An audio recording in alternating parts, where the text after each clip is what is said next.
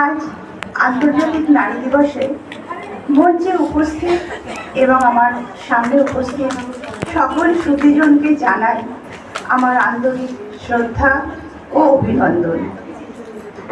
আজ এমন কোনো ক্ষেত্র নেই, সে স্বাধীনতা আন্দোলন হোক বা ভাষা আন্দোলন, রাজনীতি, শিক্ষা, সাঁতার, ক্রীড়া, সব ক্ষেত্রেই মহিলারা উল্লেখযোগ্য ভূমিকা রেখে গেছেন এবং ভবিষ্যতেও রেখে যাবেন। তাদেরকে জানাই আমার অকুণ্ঠ শ্রদ্ধা ও প্রণাম। অভিনন্দন জানাই আবর্তন সংস্থার আহ্বায়িকা এবং তার সকল সদস্যবৃন্দকে এরকম একটি মহতী অনুষ্ঠানের আয়োজন করার জন্য।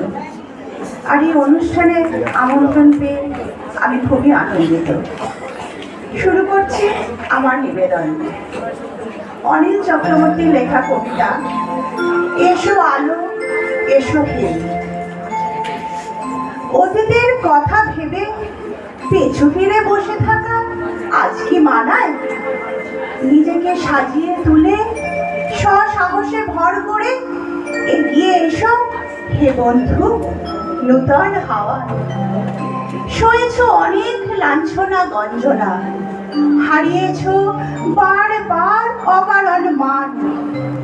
আর নয় আধারে ভেঙে সব বাধারে সামনের সোপানে দাঁড়াও, হলো অভিমান।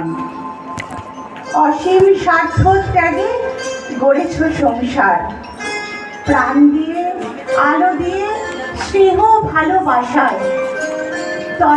তনয়া স্বামী আত্মীয় পরিজন ঘরে আসে তব পাশে এতটুকু শান্তির আশায়। তোমারই প্রেরণা পুরুষ পেয়েছে জীবনে উত্তরণ, তথাপি জুটেছে ভাগ্যে সামাজিক শারীরিক কত নিপীড়ন। ঘুরে দাঁড়াও, শিখে নাও সংসার থেকে, বুঝে নিতে হবে অধিকার। শিথিলতা শুধু বঞ্চনা আনে, দুঃখ দুর্নিবার। নিবেদিতা আছে মাদার টেরেসা, আনন্দময়ী সারদা মা। আপন কর্মে ধরাতলে রেখেছেন পদচিহ্ন। তেমনি কত নারী স্বীয় প্রচেষ্টায় আধার ঘুচিয়ে হয়েছে অসামান্য। তোমার অসীম ক্ষমতা নারী, তুমি মহিমাময়ী। নানাবিধ রূপে অনুপমা তুমি, হয়েছ বিশ্বজয়ী।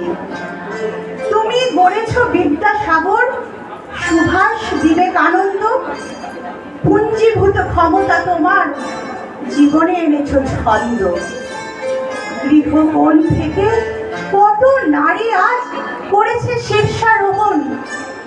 তাদের স্মরণে সাহস জাগিয়ে মনে করো উন্নত এক পথের নির্বাচন। আজকের দিন নয় শুধু গতে বাধা নিছক এক অনুষ্ঠান। মশাল এগিয়ে দেবার নিতে হবে শপথ মহান।